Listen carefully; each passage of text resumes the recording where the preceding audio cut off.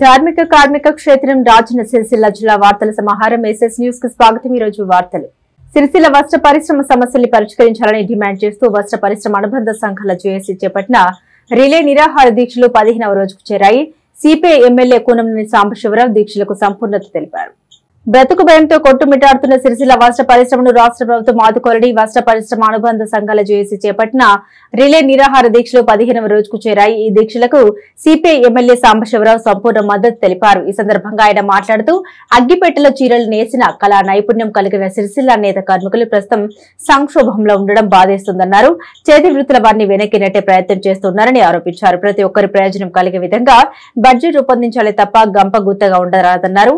నిండు శాసనసభ ప్రజా సమస్యలు పక్కన పెట్టి ఒకరినొకరు తిట్టుకోవడానికి సమయం అంతా వృధా అవుతుందని ఆరోపించారు।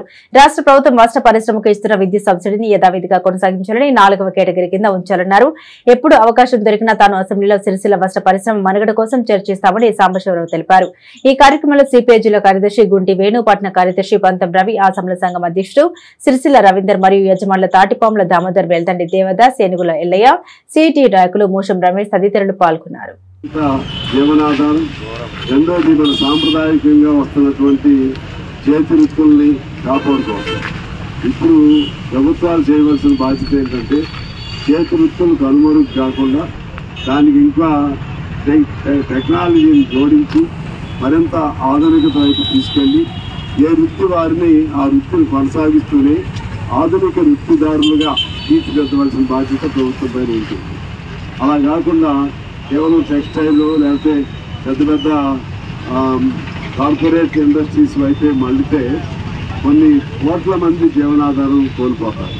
ఇక్కడ దీనికి సంబంధించి ఇప్పుడు ఇక్కడ ఈ జిల్లాలో 25,000 రూమ్స్ ఉన్నాయని చెప్తున్నారు। 25,000 రూమ్స్।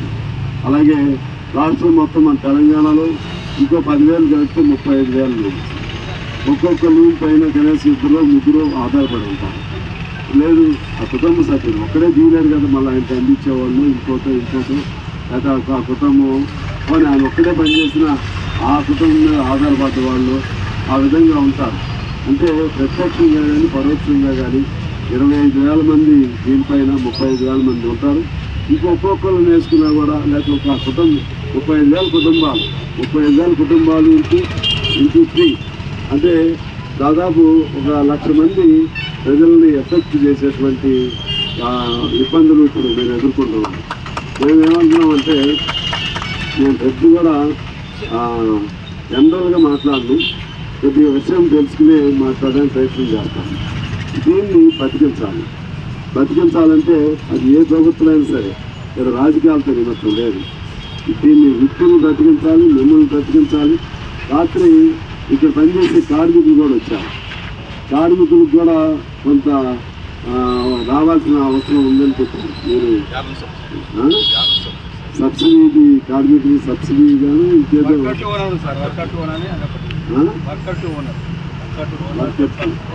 ఏదో పర్సంటేజ్ ఇవ్వాలని అది కూడా చెప్పారు। అంటే మీకు అందట్లేదు కార్మికులు అడిగే మీరు ఇవ్వాలా, మీకు యజమానులు ఇవ్వాలా లేకపోతే ప్రభుత్వం ఇవ్వాలా అంటే ప్రభుత్వం యజమానులకు ఇస్తే యజమానులు మాకు ఇస్తారని చెప్పి చెప్పారు। అంతేనా? ఈ ఇబ్బందిదాయకమైన పరిస్థితుల్లో ఈ సంక్షోభంలో మన సాంప్రదాయకంగా ఒకనాడు ఒక అగ్గిపెట్టెలో చీరలు తయారు చేసేటువంటి కళా నైపుణ్యం అనేది మీ సొంతం। ఇటువంటి నైపుణ్యం అందరికీ ఉండదు। నేను మొన్న మీ మీటింగ్లో చెప్పాను। ఇప్పుడు ఏదైనా ఇది ఇప్పుడంటే సైన్స్ వచ్చింది, టెక్నాలజీ వచ్చింది, మెషిన్స్ వచ్చినాయి, చాలా వచ్చినాయి। ఆ రోజుల్లో చేతితోనే అంత అద్భుతాలు సృష్టించినటువంటి మీరు ఒకటే కాదు, ఇక్కడ చేనేత, మరో చోట వడ్రంగి, ఇంకో చోట స్వర్ణకారు, ఇంకో చోట భవన నిర్మాణం, మొత్తం చేతి పనితోనే కదా। చేతి పని చేసే వాళ్ళందరినీ వెనక్కి నెట్టించింది సమాజం। వాళ్ళేమో బీసీల కింద, ఎస్సీల కింద, దక్షిణ కింద నెట్టివేసింది ఈ కాలంలో, జరిగే కాలంలో।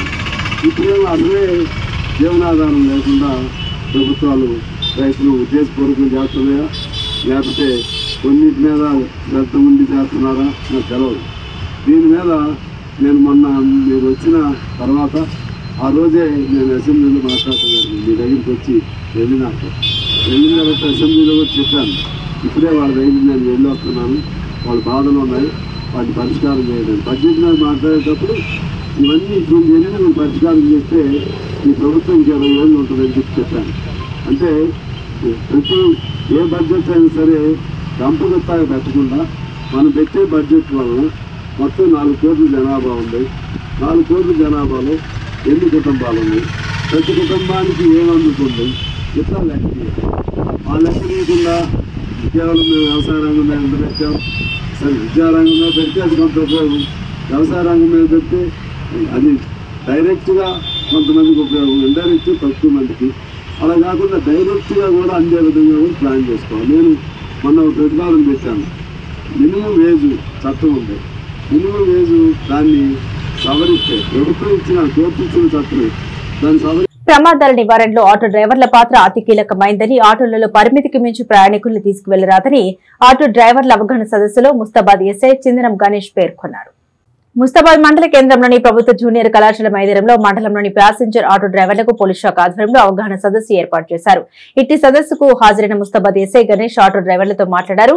వారి సమస్యలు అడిగి తెలుసుకున్నారు. అనంతరం రోడ్డు ప్రమాదాల నివారణపై దిశానిర్దేశం చేశారు. ఈ సందర్భంగా ఆయన మాట్లాడుతూ ఆటోల్లో పరిమితికి మించి ప్రయాణికులను తీసుకువెళ్లరాదని సూచించారు. ప్రతి ఆటో డ్రైవర్ తప్పనిసరిగా డ్రైవింగ్ లైసెన్స్ పొంది ఉండి వాహనానికి సంబంధించిన పత్రాలను కలిగి ఉండాలన్నారు.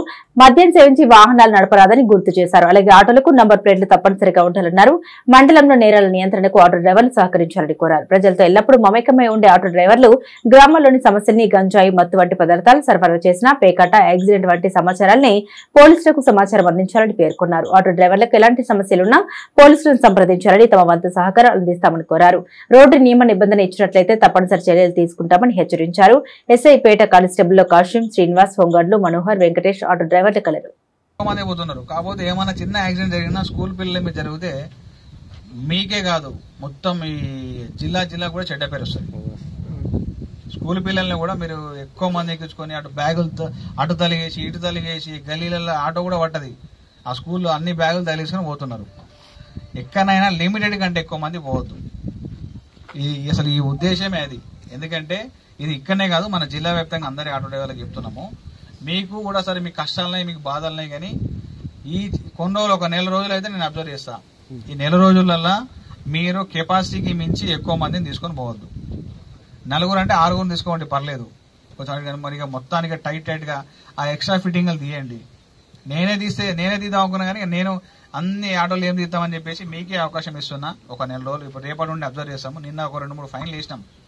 ఫైన్లు వేసి ఆ ఫైన్లు మీకు వచ్చే 100-200 మళ్ళీ ఫైన్ల కట్టడం ఎందుకని చెప్పేసి అందరికి ఒకసారి అవగాహన ఏర్పాటు చేద్దామని ఉద్దేశం పిలిచాం. మీరు ఎక్స్ట్రా ఫిట్టింగ్ తీయాలి, పడతారు.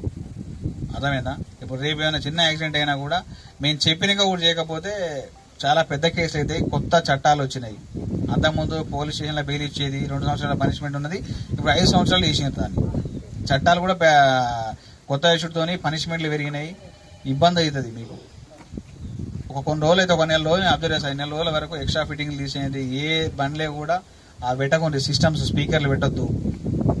ప్రతి బండికి ఇన్సూరెన్స్ ఉండాలి. మీకు ఆ బండి నంబర్లు కొన్ని కనిపిస్తలేవు. బండి నంబర్లు కూడా క్లియర్గా ఉండేటట్టు పెట్టుకోండి.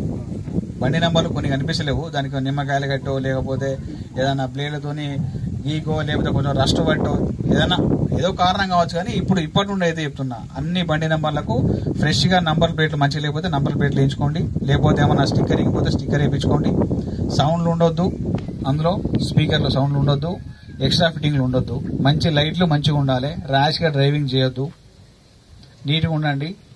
మీకు ఏమన్నా నా నుండి నేను సార్ మాకు ఈ సాయంకాలం ఉంటే చేయడానికి రెడీగా ఉన్నా. నేను ఇంతమంది ఉన్నారు, మీరు ఎంత 100 మంది ఉంటారు. ఇప్పుడు లేబర్లు కూడా నిన్న చూసిన విపరీతమైన అది ఇరుకు 10-12 మంది కూర్చుంటుండ్రు. ఏమన్నా దెబ్బ కరెక్టే, కానీ ఏమన్నా అయిందనుకోండి, ఏమన్నా అయితే మీకే ఇబ్బంది అవుతుంది. ఏం కాకుండా చూసుకోవాలంటే, ఏమన్నా తెలియక జరిగినా కూడా అలా ప్రమాద తీవ్రత తగ్గాలంటే, ఇబ్బంది తగ్గాలంటే దాంట్లో తక్కువ మంది ఉంటే మంచిది. ఇప్పుడు నిన్న కూడా ఒక 2కి వేసినాం, 100 రూపాయలు వేసినాం. 10 మంది ఉన్నా కూడా ఎక్స్ట్రా ప్యాసింజర్ 10 మందికి ఏమీ లేదు. సరే మీకు కొంచెం అవగాహన వస్తున్నట్టు ఇనిషియల్ గా ఒక 100 రూపాయలతోనే వేసినాం. ఇక అంతకు మించి ఇక చెప్పించుకోవద్దు. ఒక నెల రోజులు చెప్తున్నాను నేను, ఒక నెల రోజుల తర్వాత మెల్లమెల్లగా పరిస్థితులు మంచి లేవు కాబట్టి కొంచెం వినండి చెప్పేది, సరేనా? ఓకే. సిరిసిల్ల శ్రీ హరిహరపుత్ర అయ్యప్ప స్వామి దేవస్థానంలో లోక కళ్యాణార్థం చేపట్టిన 1,08,00,000 కుంకుమార్చన కార్యక్రమం 3వ రోజు దిగ్విజయవంతమైంది. మహిళలు భారీగా తరలివచ్చి కుంకుమార్చనలో పాల్గొన్నారు. సిరిసిల్ల హరిహరపుత్ర అయ్యప్ప స్వామి దేవస్థానానికి అనుబంధంగా ఉన్న శ్రీ రాజశ్యామల, శ్రీ వారాహి సహిత, శ్రీ లలిత త్రిపుర సుందరి మరియు శ్రీ అష్టలక్ష్మి సహిత శ్రీ లక్ష్మీనారాయణ దేవాలయాల 3వ వార్షికోత్సవం సందర్భంగా 1,08,00,000 కుంకుమార్చన పూజలు జరుగుతున్నాయి. 3వ రోజు మహిళలు భారీగా తరలివచ్చి కుంకుమార్చనలో పాల్గొన్నారు. బల్కి రమేష్ దంపతులు ఆధ్వర్యంలో ఈ కార్యక్రమం వైభవంగా జరిగింది. లోక కళ్యాణార్థం సిరిసిల్ల పట్టణ ప్రజలు సుఖ సంతోషాలతో ఉండాలని, వస్త్ర వ్యాపారం సజావుగా సాగాలని కాంక్షిస్తూ ఈ కుంకుమార్చన కార్యక్రమం నిర్వహిస్తున్నట్లు ఆలయ వ్యవస్థాపక అధ్యక్షులు రాజ్యసాగర్ గురుస్వామి తెలిపారు. 3 రోజుల్లో సుమారు 72 లక్షల కుంకుమ పూజలు పూర్తయ్యాయి. ఈ నెల 9 వరకు కుంకుమార్చన కార్యక్రమం కొనసాగనుంది. ఈ కార్యక్రమం అనంతరం వచ్చిన భక్తులకు అన్నప్రసాదం కార్యక్రమాన్ని ఏర్పాటు చేశారు. ఈ శ్రీ లలిత సేవ సమితి వారు వచ్చిన భక్తులకు సకల మర్యాదల్ని చేశారు. మనస్ఫూర్తిగా శ్రీమాత్రే నమః. అమ్మవారి దయ ఉంటే ఓం శ్రీమాత్రే నమః. ఓం చిరవిగుణ సంభూతాయ నమః. ఓం దేవకాసో పున్నాగసో గంధికలస్తమః. గురుం నమః శ్రేణికలకోటి రమణిదాయ నమః. అష్టమి చంద్రాయ నమః. భక్తలక్ష్మి పరివాహ జలమీనా భగవతాయ నమః. నవచంపక పుష్పాభరణాసః గంధవిరాజాయ నమః. తారాకాంతి తిరస్కారిణాసః భరణపాసురాయ నమః. కలంబ మండలీయుక్త కర్ణపూర్వ మనోహరాయ నమః. కర్పూర విడిగామోద సమాకర్షతి గంధరాయ నమః. నిజ సల్లాప మాధుర్య వినిర్భక్తి కపేత్సే నమః. మందస్మిత ప్రభాపూర మధ్యకామేశ మాసాయ నమః. అనాకలిక సమః రత్నక్రైవే చిత్తకలోల ముక్తాబలాంతాయ నమః. కామేశ్వర ప్రేమ రత్న ప్రాణి పరవస్తరే నమః. నాభ్యాలవాల రోమాడి లతావలంతత్వే నమః. లక్షర దోమదాయ నమః. రత్నజీవినిగారమరసనాదామ భూజితాయ నమః. కామేశ జ్ఞాత సౌభాగ్య మార్దవర్తాయ నమః. మాణిక్య మకుడాకార దానత్వయ విరాజితాయ నమః. ఇంద్రగోప పరిక్షిప్త స్మద్గుణాభుజంగిగాయ నమః. గూఢగుల్పాయ నమః. కూర్మపుష్ఠజ్యేష్ఠ ప్రపదాంతాయ నమః. నఖాదీనితి సంకర్ణ మజ్జనంతమోగుణాయ నమః. పదద్వయ ప్రభాతాల పరాకృత సర్వభాగ్యాయ నమః. సర్వాభరణభూషితాయ నమః. శివకామేశ్వరాగస్తాయ నమః. శివాయ నమః. స్వాధీన వల్లభాయ నమః. శృమేరమధ్య శృంగస్తాయ నమః. శ్రీమన్నగరనాయకాయ నమః. చింతామణి భ్రాంతస్తాయ నమః. పంచబ్రహ్మాసనస్తాయ నమః. మహాపద్మాలయ సంస్థాయ నమః. కదంబ ఓం శ్రీ మాత్రే నమః. శ్రీ హరిహరపుత్ర అయ్యప్ప స్వామి దేవస్థానం ట్రస్ట్ బోర్డు నిర్ణయం ప్రకారం శ్రీ వారాహి రాజశ్యామల సహిత లలితా త్రిపుర సుందరి అష్టలక్ష్మి సహిత లక్ష్మీనారాయణల 3వ వార్షికోత్సవం సందర్భంగా 1,08,00,000 కుంకుమార్చన కార్యక్రమం నిర్వహించడము ముందుకొచ్చారు. ఇటు కార్యక్రమంలో సువాసినులు పెద్ద సంఖ్యలో పాల్గొని 3వ రోజు వరకే 72 లక్షల కుంకుమార్చన జరిగింది. ఇది అమ్మవారి దయనే అనుకుంటున్నాం. ఈ కార్యక్రమంలో పాల్గొనే సువాసినుల దగ్గర నుండి ఎలాంటి రుసుము స్వీకరిస్తలేము. వారికి ఎలాంటి సామాను కూడా తెచ్చుకోకమని చెప్పాము. చెప్పాల్సింది ఒకటి, అమ్మదయ వల్ల అంత మహిళలు పెద్ద సంఖ్యలో వచ్చారు. ఈ కార్యక్రమం విజయవంతమైందని కూడా చెప్తున్నాం. మన వారాహి సహిత లలిత త్రిపుర సుందరి దేవి యొక్క 3వ వార్షికోత్సవం పురస్కరించుకొని సిరిసిల్ల పట్టణంలోని శ్రీ హరిహరపుత్ర అయ్యప్ప స్వామి దేవస్థానం ఆధ్వర్యంలో 1,08,00,000 కుంకుమార్చన కార్యక్రమంలో శ్రీ రాజా విద్యాసాగర్ గురుస్వామి గారి అధ్యక్షతగా ఈరోజు 3వ రోజు దిగ్విజయంగా కొనసాగుతున్నాం. సిరిసిల్ల పట్టణం నుండే కాకుండా పాత కరీంనగర్ జిల్లా నుండి మహిళలు సుహాసినులందరూ పెద్ద ఎత్తున పాల్గొని వందలాదిగా తరలివచ్చి కార్యక్రమాన్ని విజయవంతం చేస్తున్నటువంటి రంగంలో ఈరోజు 3వ రోజుకే 72 లక్షల వరకు ఈరోజు మనం పూర్తి చేసుకోవడం జరిగింది. సిరిసిల్ల పట్టణంలో ప్రస్తుతం నెలకొన్నటువంటి వస్త్ర పరిశ్రమకు సంబంధించి సంక్షోభాన్ని నివారించాలని, సిరిసిల్ల పట్టణం సుభిక్షంగా ఉండాలని సంకల్పంతో గురుస్వామి గారు శ్రీ రాజా విద్యాసాగర్ గురుస్వామి గారు ఇటు బృహత్తర కార్యక్రమం తీసుకోవడం జరిగింది. దీనిని అమ్మ దయతోటి మాతలందరూ సంపూర్ణం చేస్తున్నటువంటి సందర్భంలో సిరిసిల్ల పట్టణం సుభిక్షంగా ఉండాలని, ఆయుర ఆరోగ్య అష్టైశ్వర్యాలతో సిరులతో తులతూగాలని అమ్మ దయ మనందరిపై ఉండాలని సిరిసిల్ల వస్త్ర పరిశ్రమ పురాతనమైనటువంటి సిరుల సంపదగా వెలసిల్లాలని శ్రీ హరిహరపుత్ర అయ్యప్ప స్వామి దేవస్థానం తరపునిచ్చేది సిరిసిల్ల పట్టణ అందరి ప్రజల పక్షాన మనస్ఫూర్తిగా కోరుకుంటున్నాం. ఓం శ్రీ మాత్రే నమః. ఎల్లారెడ్డిపేట మండలంలోని రాచర్ల, బొప్పాపూర్, తిమ్మాపూర్, బొంగల కింది తాండాలో సీఎం రిలీఫ్ చెక్కులను ఆదివారం బ్లాక్ కాంగ్రెస్ అధ్యక్షుడు దొమ్మాటి నర్సయ్య ఆధ్వర్యంలో పంపిణీ చేశారు.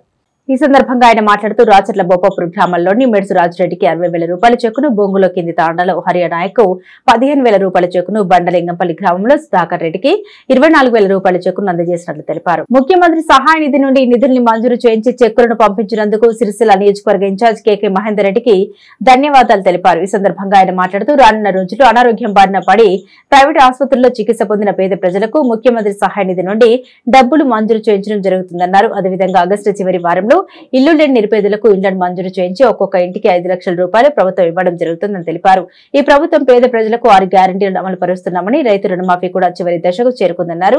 ప్రజలకు మేము పాలకులం కాకుండా సేవకులుగా ఉంటామని ముఖ్యమంత్రి రేవంత్ రెడ్డి అన్న మాటల్ని మండల కాంగ్రెస్ పార్టీ నాయకులు నిజం చేసి చూపెడతామన్నారు. రానున్న స్థానిక ఎన్నికల్లో కాంగ్రెస్ పార్టీ నాయకులను ప్రజలు ఆశీర్వదించాలని విజ్ఞప్తి చేశారు. ఎక్కడైనా సమస్యలు ఉంటే కాంగ్రెస్ పార్టీ నాయకులు ముందుండి పరిష్కరించాలని సూచించారు. ఈ కార్యక్రమంలో జిల్లా ఉపాధ్యక్షులు షేక్ గౌస్, జిల్లా కార్యదర్శి లింగం గౌడ్, కొండాపురం శ్రీనివాస్ రెడ్డి, జిల్లా మైనార్టీ సెల్ అధ్యక్షులు ఎస్కే సాహెబ్, జిల్లా కిసాన్ సెల్ ఉపాధ్యక్షుడు మరి శ్రీనివాస్ రెడ్డి, మండల కిసాన్ సెల్ అధ్యక్షుడు గుండాటి రామరెడ్డి, ఏలూరి రాజ్య నాయకులు మాజీ సర్పంచ్ కొండాపురం పాలరెడ్డి, కృష్ణారెడ్డి, లక్ష్మణ్, దేవేందర్, దండు శ్రీనివాస్, రమేష్ తదితరులు పాల్గొన్నారు. సిలిండర్ కానీ ఇచ్చినటువంటి వాగ్దానాలన్నీ కూడా ఒకవైపు మేము నెరవేరుస్తా ఉన్నాం. మీరు ప్రజలు కూడా దయచేసి మీరందరూ కూడా గమనించాలి. రానున్నటువంటి స్థానిక సంస్థల ఎన్నికల లోపల మా కాంగ్రెస్ పార్టీకి చెందినటువంటి అభ్యర్థులందరినీ కూడా సర్పంచులుగా, ఎంపీటీసీలుగా, జెడ్పీటీసీలుగా గెలిపించాలని చెప్పి ప్రజలకు కూడా అందరికీ కూడా ధన్యవాదాలు తెలియజేస్తా ఉన్నాము. ఈ ప్రభుత్వం ప్రజల ప్రభుత్వం, సంక్షేమ ప్రభుత్వం. ఎక్కడనో మండల స్థాయి లోపల కానీ, గ్రామ స్థాయి లోపల కానీ మా నాయకులందరికీ కూడా విన్నపం చేస్తూ ఉన్నాము. మన ప్రభుత్వం, మన ముఖ్యమంత్రి గారే ప్రజాసేవకులమని చెప్పుకుంటుండు. కాబట్టి మనం అందరం కూడా ఎవరు ఎలాంటి ఆపదని వచ్చినా, వాళ్ళు ఎలాంటి ఇబ్బంది కలిగినా వెంటనే తక్షణం స్పందించి వాళ్ళందరికీ కూడా సహాయం చేయడానికి మా కాంగ్రెస్ పార్టీ నాయకత్వం అంతా కూడా సిద్ధంగా ఉన్నది. కాబట్టి ప్రజలందరూ కూడా ఈ విషయాన్ని గమనించాలని చెప్పి అందరికీ పేరు పేరున ధన్యవాదాలు తెలియజేస్తా ఉన్నాం. కంపెనీ లోపల మా కాన్స్టిట్యున్సీ ఇన్ఛార్జ్, సిరిసిల్ల నియోజకవర్గపు ఇన్ఛార్జ్ పెద్దలు కేకే మహేందర్ రెడ్డి గారు ప్రత్యేకమైనటువంటి చొరవ తీసుకొని ఇక్కడ నుంచి మేము సీఎం రిలీఫ్ ఫండ్ ఏది పంపినా ఆయన ద్వారానే పోతుంది. ఆయననే అక్కడ నుంచి మంజూరు చేయించుకొని ఈ చెక్కులను తీసుకువచ్చి మాకు అప్పచెప్పడం జరుగుతుంది. కాబట్టి మా సిరిసిల్ల నియోజకవర్గ ఇన్ఛార్జ్ పెద్దలు కేకే మహేందర్ రెడ్డి గారు కానీ, ఆది సిరన్న గారికి కానీ, పొన్నం ప్రభాకర్ అన్న గారికి కానీ అందరికి కూడా ధన్యవాదాలు తెలియజేస్తా ఉన్నాము. జై కాంగ్రెస్. ప్రముఖ కవి, రచయిత, దాశరథి అవార్డు గ్రహీత జూకట్టి జగన్నాథంకు నాగుల మల్లయ్య స్మారక పురస్కారాన్ని ఈరోజు ప్రభుత్వ విప్ ఆది శ్రీనివాస్ చేతుల మీదుగా అందించారు. సిరిసిల్ల నాగుల మల్లయ్య 37వ వర్ధంతి వేడుకల్ని పురస్కరించుకుని సిరిసిల్ల మాన్య ఫంక్షన్ హాల్లో స్మారక పురస్కారాన్ని ఈ రోజు అందించారు. ప్రముఖ కవి, తెలంగాణ రచయితల వేదిక రాష్ట్ర అధ్యక్షుడు జూకట్టి జగన్నాథంకు నాగుల మల్లయ్య స్మారక పురస్కారాన్ని అందించారు. ఈ కార్యక్రమానికి ముఖ్య అతిథిగా ప్రభుత్వ విప్ ఆది శ్రీనివాస్ హాజరయ్యారు.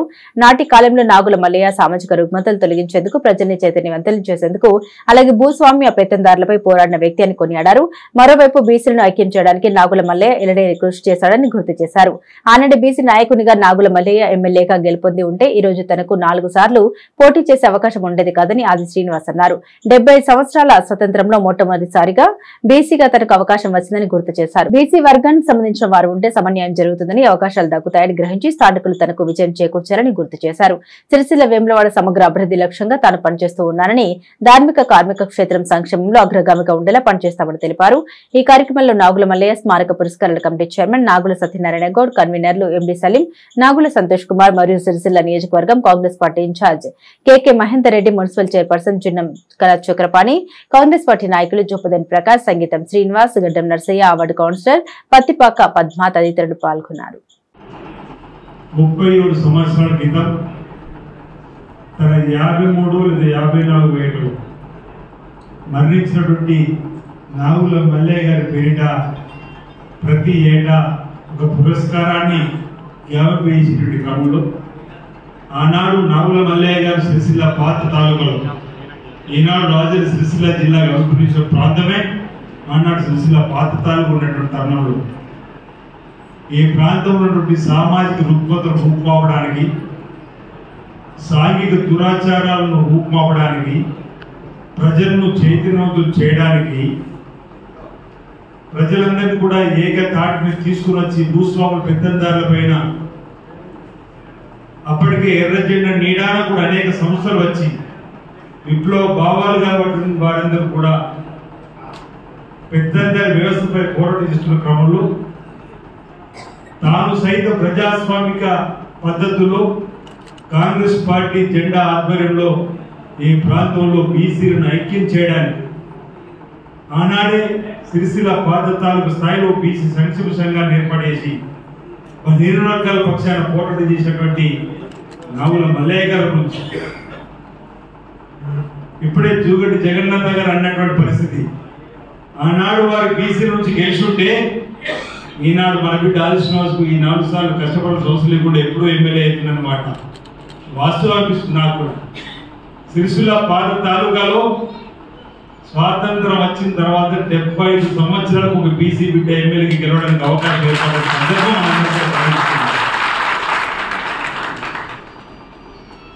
అంటే బల్లినాడుకు సంబంధించినటువంటి ప్రతిభ ఉన్నప్పటికీ అవకాశాలు అందుకోవడానికి కోసం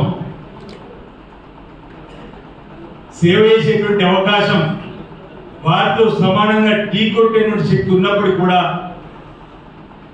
ఏ మనవాడు అనేటువంటి భావనతోనో లేకపోతే మనవాడు అందుకునే భావనతో ఇన్ని రోజులు ఇబ్బంది పడేటువంటి సందర్భం మనం గమనించిన సందర్భంలో జూగండి జగన్నాథన్ గారి కడుపులో నుంచి వచ్చిన మాట, వారి కవిగా రచయితగా 50 సంవత్సరాలుగా అంటే గత 10 సంవత్సరాలు ఒకరి అవార్డు కూడా తీసుకోలేనటువంటి భావనతో ఈరోజు స్వేచ్ఛ వాయువులు పీల్చుకున్నటువంటి ప్రజాపాలన వచ్చింది కాబట్టి నేను ఈ అవార్డు స్వీకరించిన దాశరథి అంటే ఏ విధంగా అణిచివేత ప్రజలు గురవుతున్న చెప్పనేటువంటి ఒకే సెంటెన్స్ లో ఈరోజు వారు ఇచ్చినటువంటిది మనం గమనించడం జరిగింది. అలాంటిది ఈనాడు ఇప్పటికే మనం అణిచివేత గురవుతున్న మనం భావిస్తున్న తరుణం, కానీ 50 ఏళ్ల క్రితం ఇంకెంత అణిచివేత గురి కాబట్టం అనేది 50 సంవత్సరాల క్రితం బలహీన వర్గాలకు సంబంధించిన వెట్టి చాకరికి సంబంధించిన అంశం కానీ, బలహీన వర్గాలు దళిత వర్గాలకు సంబంధించిన వారిపైన అణిచివేత ఈ ప్రాంతంలో జరిగింది కాబట్టి ఈ ప్రాంతం నుంచి భూపోరాటం విట్లే ఈ ప్రాంతంలో జైత్యాత్ర మొదలైంది. నిమ్మపల్లిలో భూపోరాటం మొదలై మన ప్రాంతం నుంచే పేద ప్రజల హక్కుల కోసం పోరాటం చేసేటువంటి అనేక మంది ప్రజాస్వామిక వాదులకు సిరిసిల్ల ప్రాంతం వేదికైంది, జైత్యాల ప్రాంతం వేదికైంది.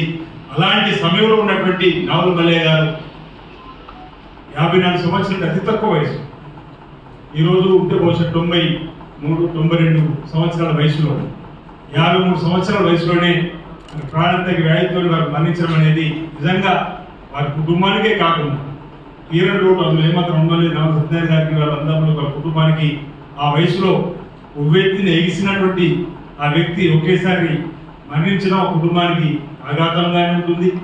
అయినా మనోధైర్యంతోనే నాలుగు సత్యనారాయణ గారు కూడా మరి అదే రాజకీయ జీవితంలో కొనసాగుతూ ప్రజా సేవలు ముందున్నటువంటి తండ్రి బాటలు నడిచేటువంటి కార్యక్రమం, ప్రతి ఇలాంటి కార్యక్రమం చేయడం, వారిని స్మరించుకోవడం, వారి ఆలోచన విధానాన్ని మరొకరు స్ఫూర్తిగా అందివ్వడానికి కోసం కూడా ఇలాంటి కార్యక్రమాలు ఉపయోగపడితే ప్రతి ఏటా చేసేటువంటి కార్యక్రమాలు మన మహనీయులకు సంబంధించినటువంటి జయంతి వర్ధంత్యుత్సవాలు జరుపుతాం.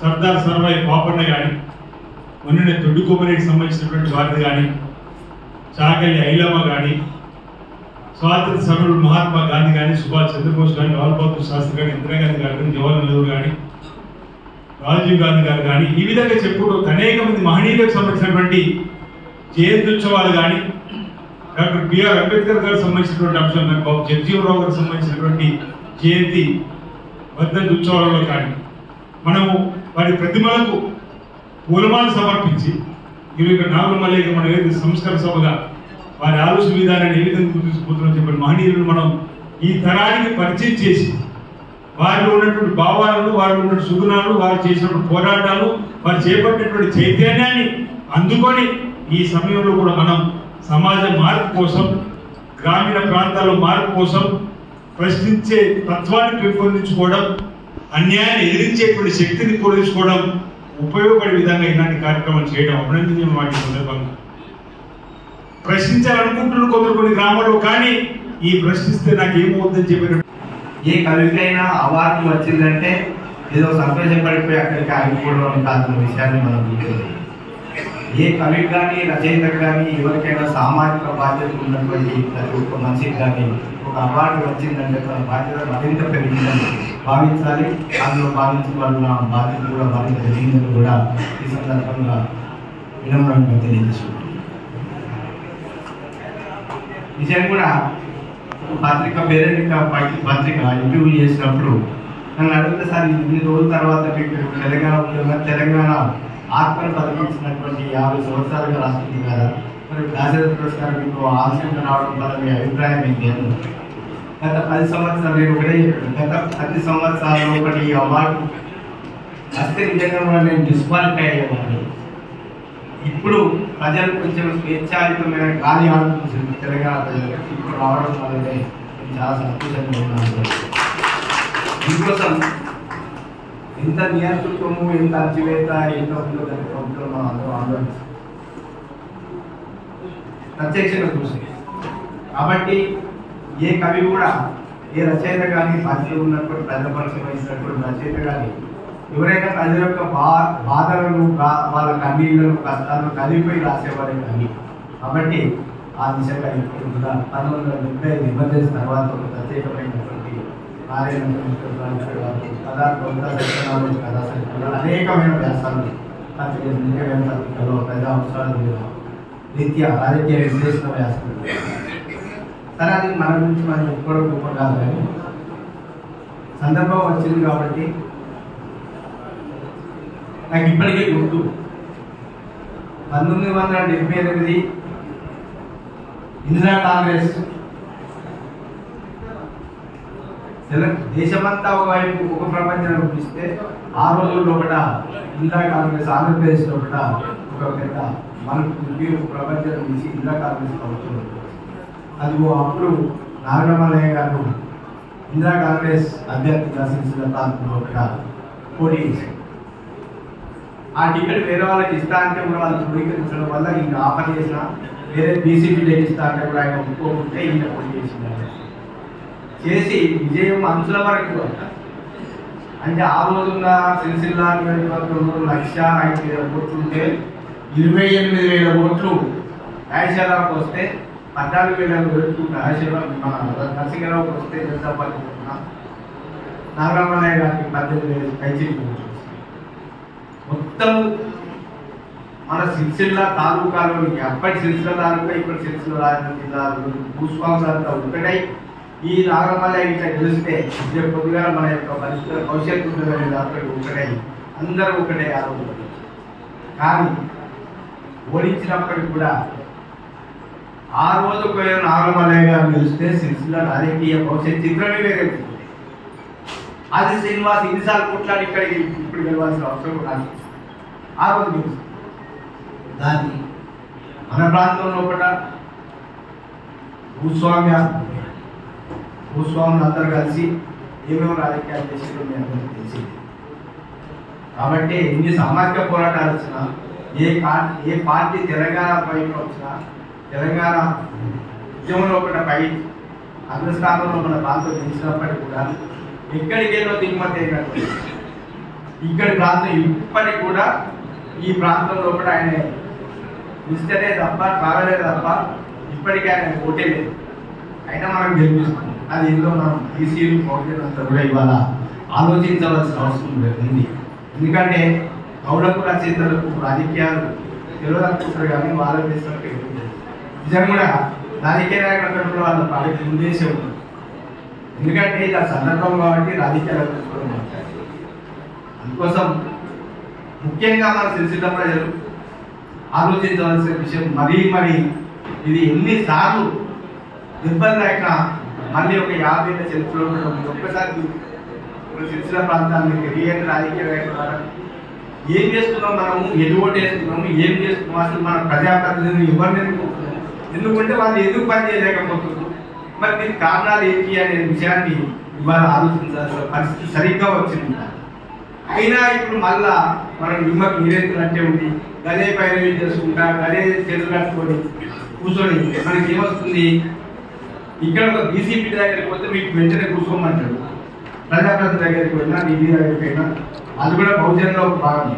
కూర్చోమంటారు, చేయాలమంటారు, ఎందుకు వచ్చినా అడుగుతారు. అదే మనం ఒక అగ్రవర్ణంలో ఉన్నటువంటి ప్రజాప్రతినిధి గంటలు ఎన్ని అవమానాలు జరిగినా ఆటంకాలు కల్పించిన అలుపెరగని పోరాటం చేసిన మందకృష్ణ మాదిగ కృషి ఫలితమే నేడు ఎస్సీ వర్గీకరణ జరిగిందని ఎంఆర్పీఎస్ రాష్ట్ర నాయకులు కొమ్ము బాలయ్య గూడెంలో అన్నారు. ముస్తాబాద్ మండలగూడెంలో ఎస్సీ వర్గీకరణకు సుప్రీంకోర్టు గ్రీన్ సిగ్నల్ ఇవ్వడానికి ఆశిస్తూ ఎంఆర్పీఎస్ ఆధ్వర్యంలో సంబరాలు చేపట్టారు. అంబేద్కర్ చిత్రపటానికి పాలాభిషేకం చేసి స్వీట్లు పంపిణీ చేసుకున్నారు. ఈ సందర్భంగా వారు మాట్లాడారు. ఏబీసీడీ వర్గీకరణ కోసం ఎంఆర్పీఎస్ వ్యవస్థాపక అధ్యక్షులు మందకృష్ణ మాదిగ 30 సంవత్సరాల పాటు అలుపెరగని పోరాటం చేసిన మహానాయకుడని పేర్కొన్నారు. ఆయన కృషి ఫలితంగానే సుప్రీంకోర్టు వర్గీకరణకు ఆమోదించిందని పేర్కొన్నారు. ఏబీసీడీ వర్గీకరణ కోసం మందకృష్ణ మాదిగ పోరాటం చేస్తుంటే ఎంతో మంది అవమానపరిచారని, ఆటంకాలు కల్పించారని ఆయన వెనుకడుగు వేయకుండా మాదిగ ఉపకులాల కోసం తన జీవితాన్నే పణంగా పెట్టి పోరాటం చేశాడని వెల్లడించారు. సుప్రీంకోర్టు తీర్పుతో మాదిగ ఉపకులాల జీవితాల్లో వెలుగులు నిండాలని ఉన్నాయని పేర్కొన్నారు. ఈ కార్యక్రమంలో బట్టు రాజయ్య, మండపల్లి రాములు, గద్దెల దేవయ్య, సడిమల బాలయ్య, బూరశంకర్, సడిమల అశోక్, కృష్ణ, రణధీర్, కిషన్ తదితరులు కలరు. మందకృష్ణ మాదిగ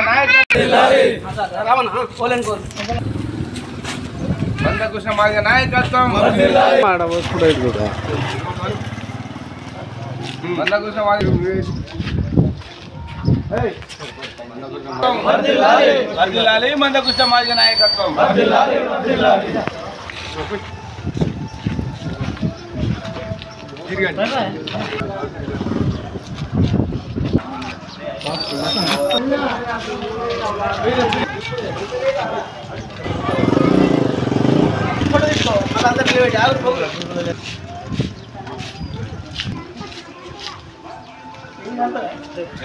బాలు వస్తుందా కొడుకు అని చెప్తుందా?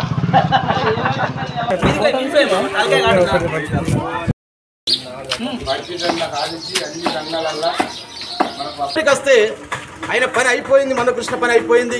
డబ్బుకు అమ్ముడు పోయాడు, లొంగిపోయాడు. ఏ ప్రభుత్వం వస్తే ఆ ప్రభుత్వంతో చేతులు కలుపుతాడు, అందరితో స్నేహం చేస్తాడు అని తనను నమ్మిన ప్రజలే తనను అవమానించినప్పటికీ ఒక దశలో మందకృష్ణ పని అయిపోయింది అనుకున్నటువంటి సమయంలోనే మరలా చివరి దశల్లో నేరుగా ప్రధానమంత్రి నుండి పిలుపు రావడం అనేది, డైరెక్ట్ ప్రధానమంత్రి నుండి పిలుపు రావడము, ప్రధాని నరేంద్ర మోడీ గారు తనకిచ్చినటువంటి హామీ మేరకు ఈ దినమున సుప్రీంకోర్టు యొక్క వర్గీకరణకు అనుకూలమైనటువంటి తీర్పు ఇవ్వడము ఎంతో గర్వకారణము.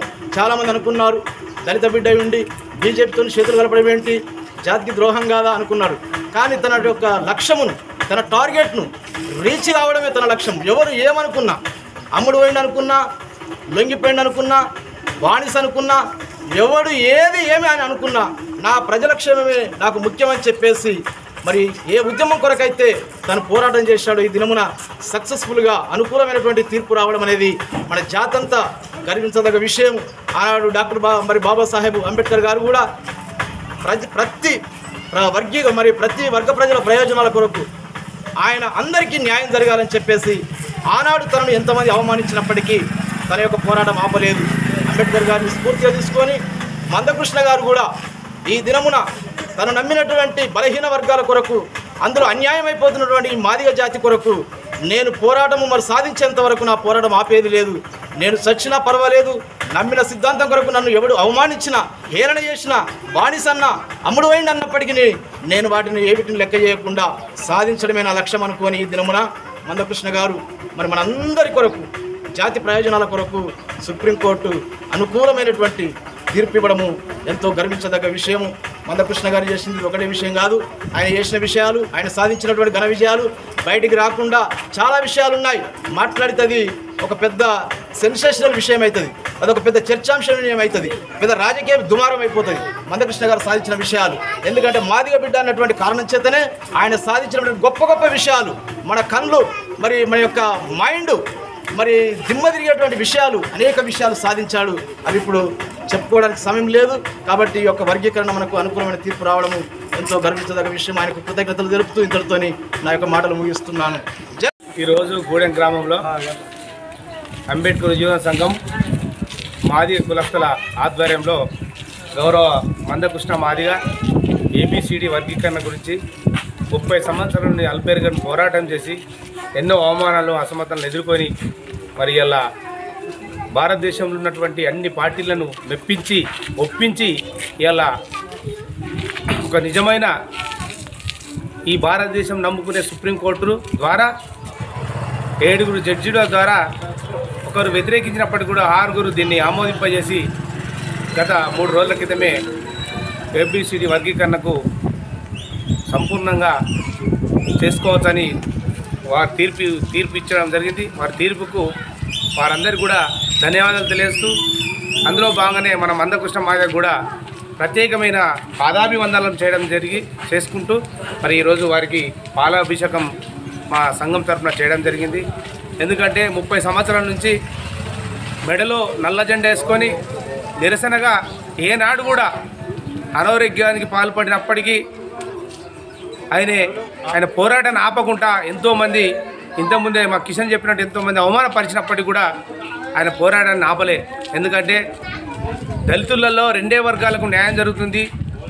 మరి ఇంకా చాలా 30-40 ఉపకులాలు ఉన్నాయి. వాళ్ళందరూ కూడా సమానత్వంగా రాజకీయంగా, ఆర్థికంగా మరియు ఉద్యోగపరంగా, ఉపాధి పరంగా వాళ్ళందరూ కూడా మనతో సమానం హక్కులు కావాలనే ఉద్దేశంతో ఒక గొప్ప ఆలోచనతో 30 సంవత్సరాల క్రితం ఒక గొప్ప ఉద్యమాన్ని చేపట్టి మరి అప్పుడు ఉన్నటువంటి చంద్రబాబు నాయకత్వంలోనే ఏబిసిడి వర్గీకరణ సాధించి, కానీ కొన్ని రాజకీయ పార్టీలు దాన్ని వ్యతిరేకించి దాన్ని మళ్ళీ వెనకకు తీసుకోవడం జరిగింది. అయినప్పటికీ కూడా మళ్ళీ పోరాటం చేయాలి, ఎప్పటికైనా మనం విజయం సాధిస్తాం, ఎప్పటికైనా మనం చేసినటువంటిది నిజాయితీగా ఉంటే ఎప్పటికైనా మనం సాధించే ఒక ఉద్దేశంతో ఎవరు వచ్చినా రాకుండా ఆయన వెంబడ ఎంతోమంది వచ్చి ఇది సాధ్యమవుతుందా కాదని వెనుదిరిగినప్పటికీ కూడా ఆయన బాధపడకుండా ఆ ఉద్యమాన్ని కంటిన్యూ చేయడం జరిగింది.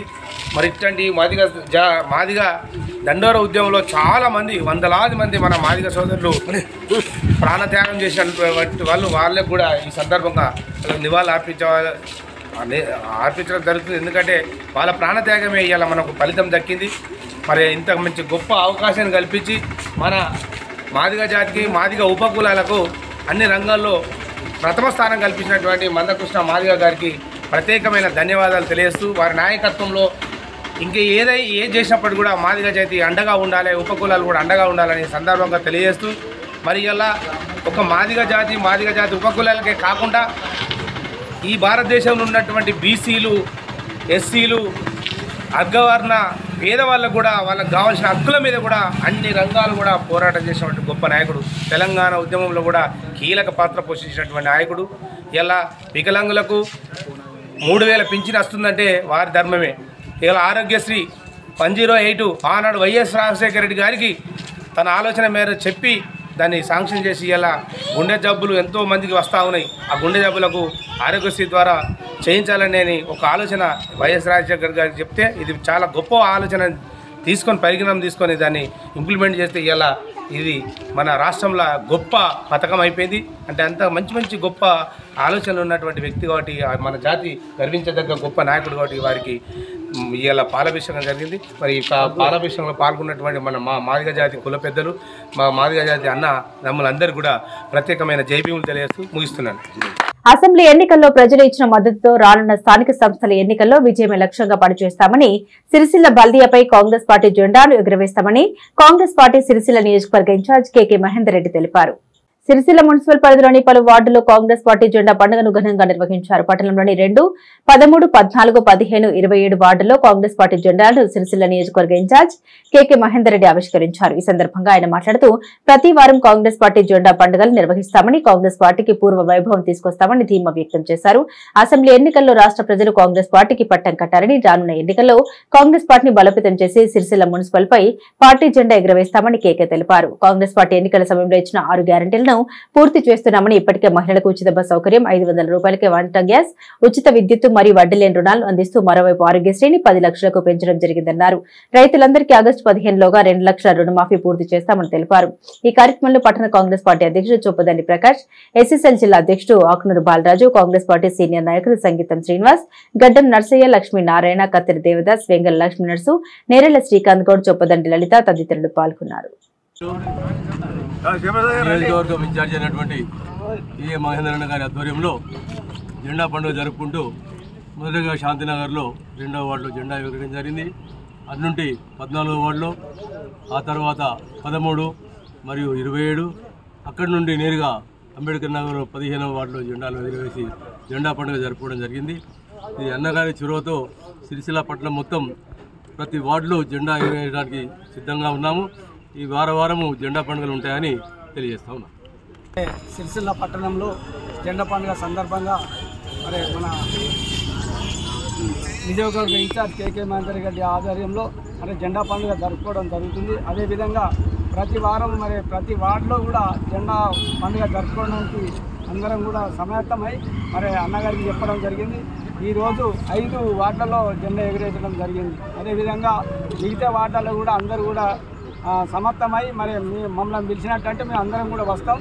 కాబట్టి దయచేసి మీరు అందరూ కూడా జెండా గద్దె లేని వాళ్ళు గద్దె కట్టుకొని జెండా కోసం తయారు చేయవలసిన అవసరం ఎంతైనా ఉంది. కాబట్టి దయచేసి మీరు అందరూ కూడా ప్రతి వార్డులో ఎవరైతే బాధ్యులు ఉన్నారో ఆ ఉన్నటువంటి బాధ్యులు ఎవరైనా కానీ అక్కడ జెండా పండుగ గురించి మీరు చేయవలసినటువంటి అవసరం పనులు ఏమైతే అవి చేసుకోవాల్సిందిగా అందరికీ వాడగట్టు ఇన్ఛార్జీలకు వాడగట్టు ఉన్నటువంటి అవసరాలకు అందరికీ కూడా తెలియజేస్తున్నారు.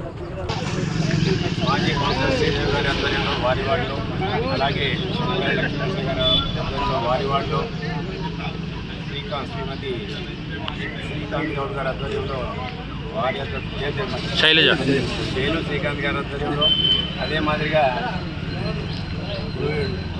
లలిత శక్తిపతి ప్రకాష్ గారి ఆధ్వర్యంలో, అదే మాదిరిగా విజయ ఆకునూరి విజయ నిర్మల బాలాజీ గారి ఆధ్వర్యంలో 5 వార్డులలో కాంగ్రెస్ పార్టీని సిరిసిల్ల పట్టణంలో బలోపేతం చేయాలన్న ఉద్దేశం కొద్దీ, అదే మాదిరిగా ఈరోజు కేవలం ఆరంభం మాత్రమే.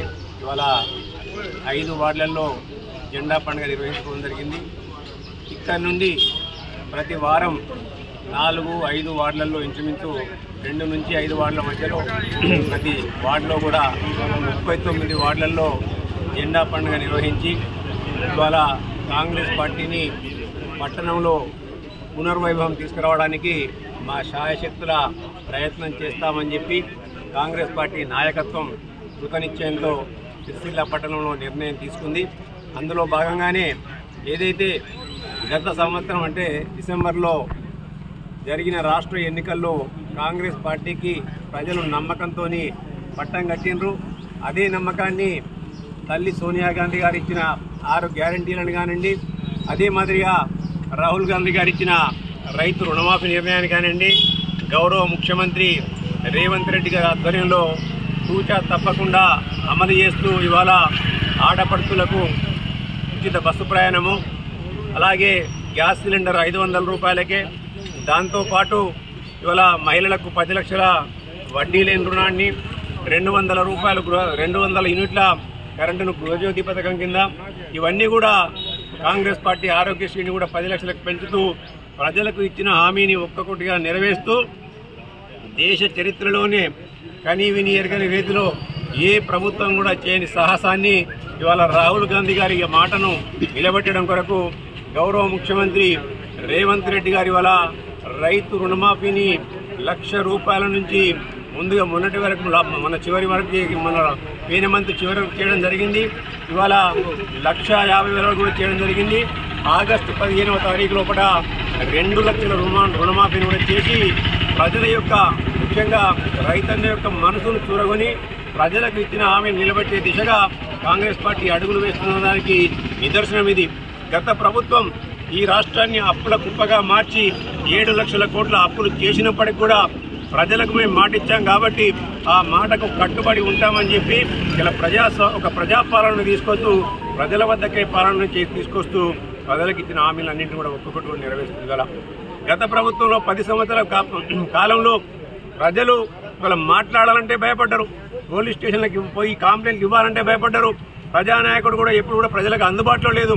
కానీ ఇవాళ ఈ ప్రభుత్వం వచ్చిన గత 7 నెలలలో ఇలా ప్రతి పౌరుడు కూడా స్వేచ్ఛగా ఇలా పోలీస్ స్టేషన్లకు ఇచ్చి కంప్లైంట్లు ఇస్తుండ్రు, ఇలా సెక్రటరియట్ యొక్క మెట్లెక్కుతుండ్రు, ప్రజాప్రతినిధి దగ్గరికి చక్కగా వెళ్ళి వారి యొక్క ప్రాబ్లంను చెప్పుకొని సాల్వ్ చేసే దిశ కూడా వాళ్ళందరూ కూడా ప్రయత్నం చేస్తుండ్రు. ఇలా అసెంబ్లీలో కూడా గత 10 సంవత్సరాల్లో ప్రతిపక్షాలకు నోరిప్పడానికి అవకాశం లేకుండే ఇలా నియమ నిబంధనల పేరిట ఎవరిని కూడా ఇవాళ ఆ యొక్క పోడియంలకు కానీ ఎక్కడికి కానీ వెళ్ళో కానీ పోకుండా చేసింది ఇవాళ.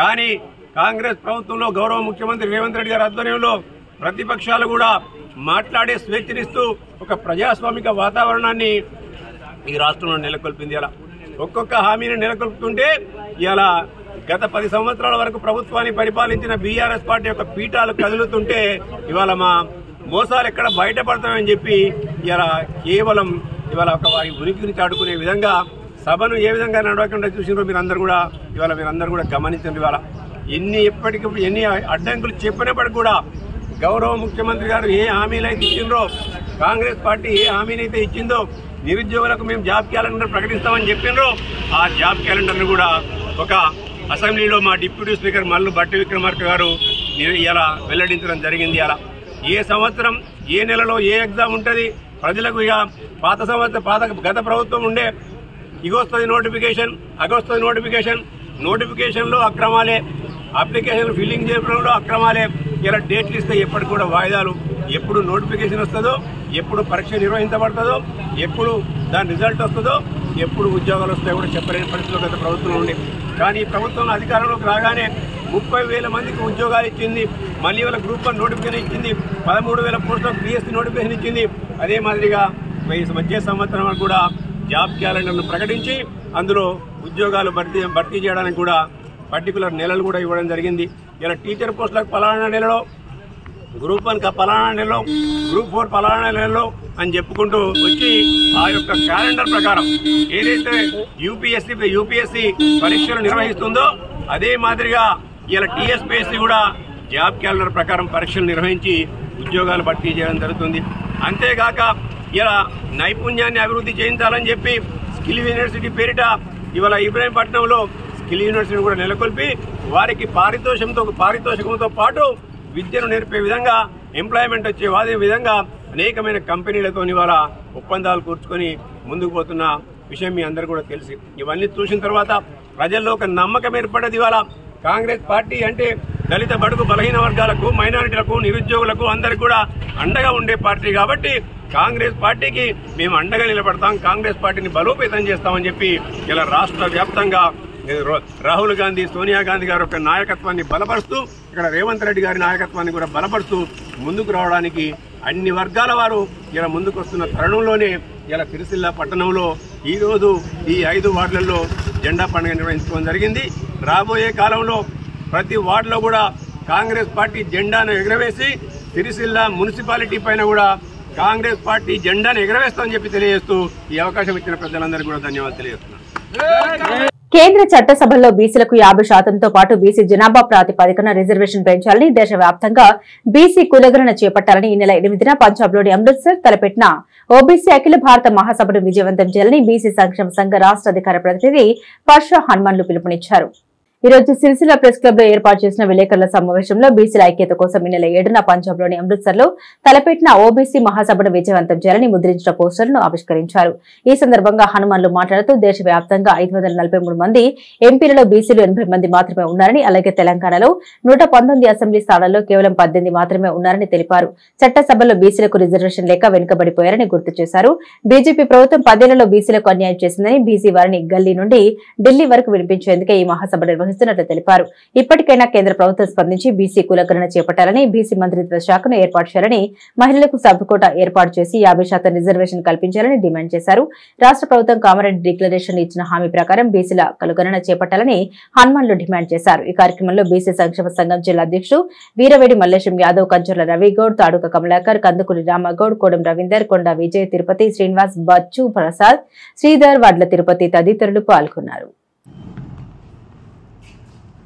కేంద్రంలో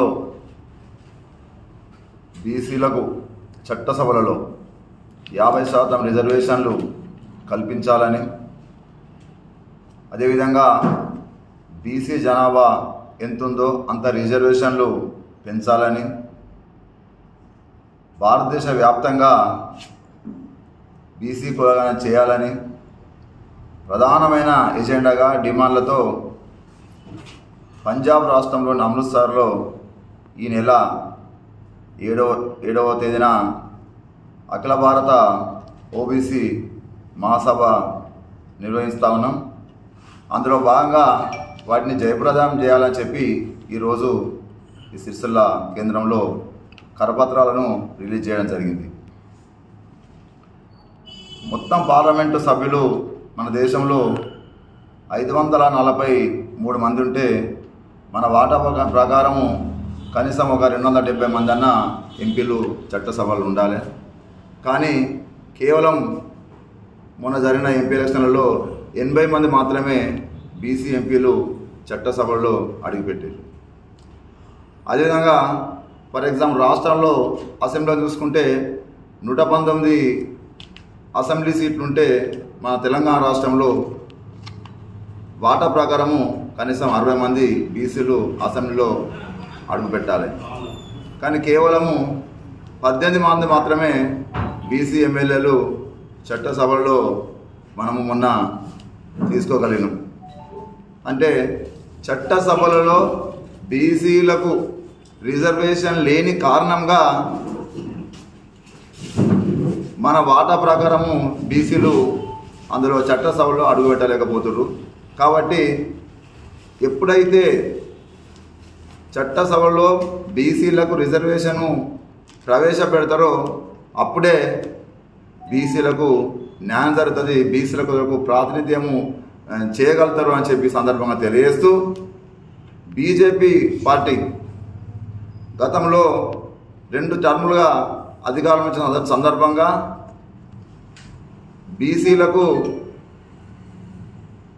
చట్టసభలో రిజర్వేషన్ కల్పిస్తామని, అదేవిధంగా బీసీ కులంగా చేపడతామని హామీలు ఇస్తూ వచ్చింది. కానీ మూడోసారి వచ్చిన తర్వాత ఈ మోడీ, బీసీ అని చెప్పుకునే మోడీ గారు నిజంగా బీసీలకు దురదృష్టం, బీసీలకు తీవ్రమైన అన్యాయం జరుగుతూ ఉన్నది. మా మధ్యలో సుప్రీంకోర్టు బీసీ కులంగా సంబంధించి మీ వైఖరి చెప్పమని అడిగితే కేంద్ర ప్రభుత్వము మేము చెయ్యము అని చెప్పి అఫిడవిట్ కూడా సమర్పించింది.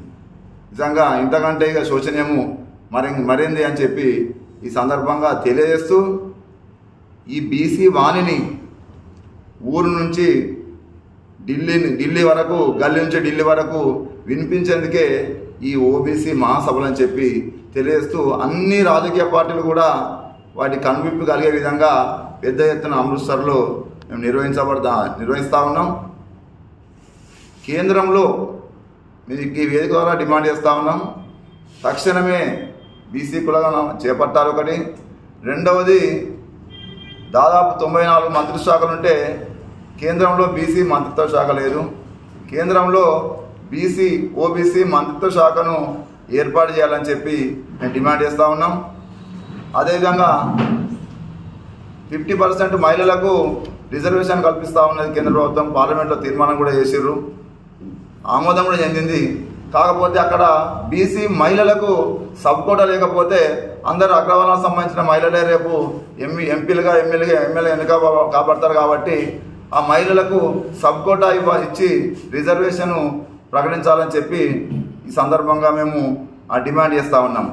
బీసీలకు ఎక్కడ లేని విధంగా బీసీలకు క్రిమిలేయర్ తీసుకొచ్చారు. క్రిమిలేయర్ తీసుకురావడం వలన అది కూడా లిమిట్ కేవలం 8 లక్షలే దానికి లిమిట్ పెట్టడం వలన ఐఏఎస్గా ఐపీఎస్గా బీసీలు ఎన్నిక కాబడతారు. కాబట్టి ఎక్కడ ఎవరికి లేని విధంగా బీసీలకే క్రిమిలేయర్ ఉంది. కాబట్టి దాన్ని తక్షణం ఎత్తివేయాలని చెప్పి మేము ఈ సందర్భంగా డిమాండ్ చేస్తూ ఉన్నాం. అదేవిధంగా కేంద్ర రాష్ట్ర ప్రభుత్వాలు కూడా బడ్జెట్లో మామూలుగా ఏదో తూతూ మంత్రంగా ప్రకటిస్తారు. ఆ బీసీలకు కేటాయించిన ఆ బడ్జెట్ ఏదో చాక్లెట్లు బిస్కెట్లు కొనుక్కున్నందుకు తప్ప వాళ్ళు డెవలప్ అయ్యేందుకు ఎక్కడ పనిచేస్తలేవని చెప్పి తెలియజేస్తూ, ఈ దేశంలో కుక్కలకు, నక్కలకు, పిల్లులకు, పాములకు, తేళ్లకు, చివరికి పందుల లెక్కలు కూడా ఉన్నాయి. కానీ బీసీల లెక్కలు మాత్రం లేవు. ఆ బీసీల లెక్కలు తీసే వరకు మేము ఊరుకోమని చెప్పి సందర్భంగా తెలియజేస్తూ, ఒక్కొక్కరు రాజకీయ పార్టీలో ఉంటారు. మనకు రాజకీయ పార్టీలు ముఖ్యం కాదు, మన ఆత్మగౌరవం ముఖ్యం, మన జాతి ఆత్మగౌరవం ముఖ్యం. కాబట్టి మనం అందరం ఆలోచన చేసి మనము రేపు భవిష్యత్తులో జరిగే బీసీ ఉద్యమాలలో భాగస్వాములు కావాలని చెప్పి ఈ సందర్భంగా పిలుపునిస్తూ, అమృత్సర్లో జరిగే ఓబీసీ 9వ మహాసభలను జయప్రదం చేయాలని చెప్పి ఈ సందర్భంగా నేను పిలుపునిస్తున్నాను. జై బీసీ. ఈ వార్తలు ఇంతటితో సమాప్తం. తిరిగి ప్రసారమయ్యే ఎస్ఎస్ న్యూస్ లో కలుసుకుందాం. అంతవరకు సెలవు. నమస్కారం.